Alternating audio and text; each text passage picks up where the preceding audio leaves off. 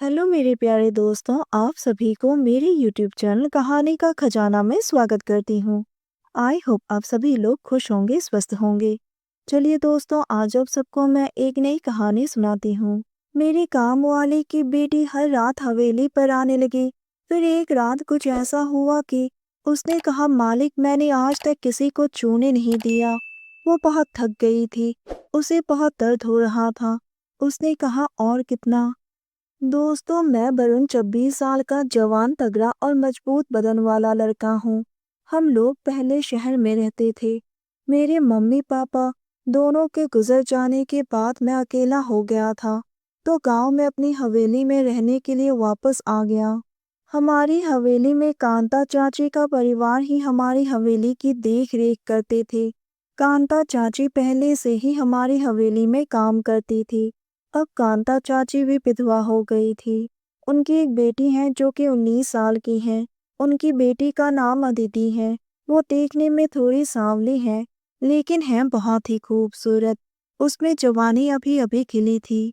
जब अदिति छोटी थी तो मैंने उसे एक दो बार देखा था। उसके बाद अब देख रहा हूँ।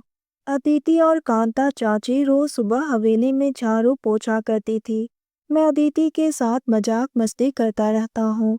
वो कुछ बोलती नहीं थी, बस हल्के से मुस्कुराकर टाल देती थी। दोस्तों, चैनल पर नए आए हैं तो इस वीडियो को लाइक, शेयर और सब्सक्राइब करें और एक प्यारा सा कमेंट जरूर कर दें। एक रात बारिश की वजह से गांव में बिजली गुल हो गई। अदिति और कांता चाची को मैंने हवेली में ही रहने को कहा। मैंने उन्हें रहने के लिए कमरा भी दे दिया। अदिति और कांता चाची पूरी तरह से बारिश में भीग चुकी थी। अदिति की भीगी हुई कुर्ती उसके बदन से चिपक रही थी। अदिति ने शर्माते हुए कहा, साहब ठंड लग रही है। मैंने कहा, अदिति तुम अपने कपड़े बदल लो। मैंने उसे अपनी टी शर्ट पहनने को दे दी। टी शर्ट उसके घुटनों तक आ रही थी। मैंने कांता चाची को भी ओढ़ने के लिए एक चादर दे दिया। हम तीनों बैठकर बातें कर रहे थे। तभी कांता चाची ने कहा, वरुण बेटा मुझे आपसे कुछ कहना है। मैंने कहा, हाँ कांता चाची बताइए। उन्होंने कहा, मेरी बेटी इस साल 12वीं में है। कुछ ही दिनों में परीक्षा भी होने वाली है। ये तो पढ़ने का नाम ही नहीं लेती हैं। बोलती है कि हम गरीब लोग पढ़ लिख कर क्या करेंगे। अब आप ही से समझाओ। आप तो पढ़े लिखे हो और ऊपर से प्रोफेसर भी। आप कहोगे तो शायद ये पढ़ लिख कर कुछ बन जाएगी, वरना मेरे जैसे ही दूसरों के घरों में काम करने वाली बनकर रह जाएगी। मैंने अदिति को पूछा, अदिति कांता चाची क्या कह रही हैं? तुम अपनी पढ़ाई क्यों नहीं करती हो?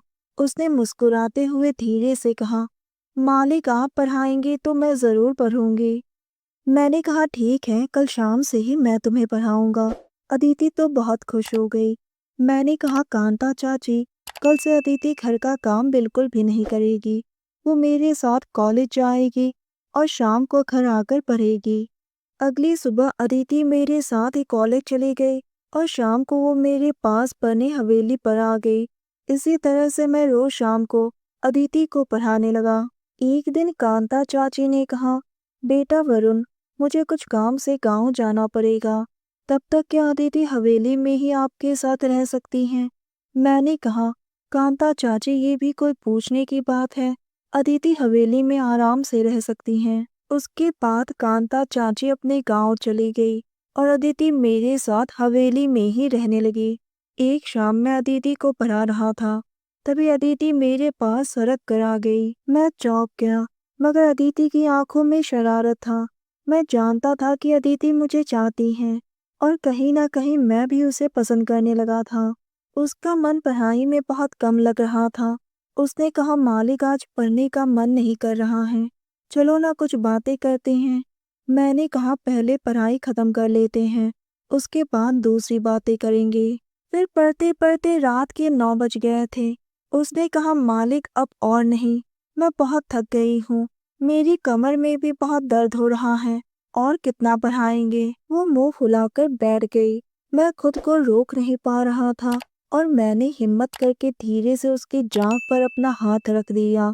उसकी सांसें तेज हो गई।